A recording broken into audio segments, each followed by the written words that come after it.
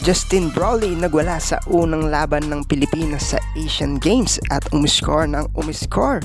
Junmar Fajardo binuli ang nagbabantay sa kanya. Optana iniwan ang kalaban. Nagsimula na nga ang unang laban ng Gilas Pilipinas sa ginanap na 19th Asian Games sa Hangzhou, China kontra Bahrain. Ang first 5 nga natin ay si Chris Newsome, Optana, Scotty Thompson, Fajardo at Justin Brownlee. Ang unang score nga ng laro ay galing kay Papa Fajardo at sinundan din nito ni Optana by easy left-handed layup sa ilalim. Justin Brownlee right hook shoot is good. Abansi ang Pilipinas ng 3.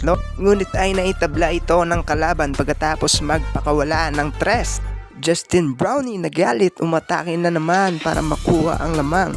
And layup is good. Optana nagpakitang gilas din pagkatapos niyang iwanan ng kalaban at umiskor. Matangkad na player ng Bahrain sumabay pa. Sa first quarter, 3 minutes remaining time nga ay lamang pa to ang Bahrain. Pagkatapos ma-foul ni Scotty Thompson ang kalaban at naipasok lahat ang free throw.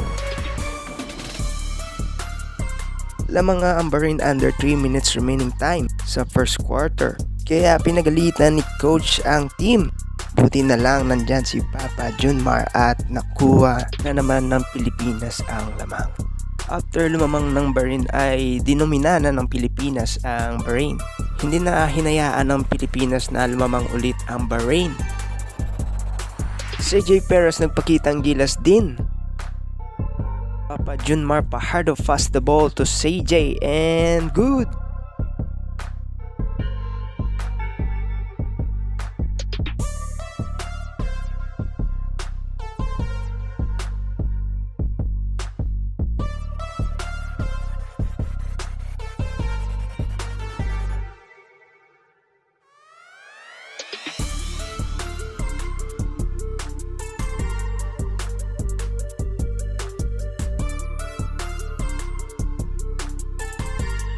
Sa third quarter nga ay tinambakan ng Pilipinas ang Bahrain sa score na 51-33 pabor sa ating kababayan.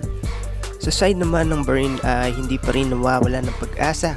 Sinubukan nilang lumaban at humabol, ngunit napakaalat ng mga attempt nila na mag-score.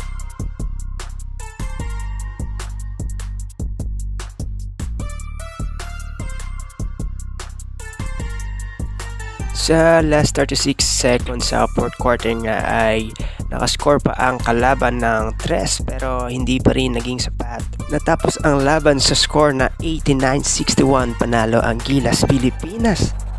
Maraming salamat sa panonood mga ka-obsession. Huwag kalimutan mag-subscribe, like and share. Hanggang sa muli.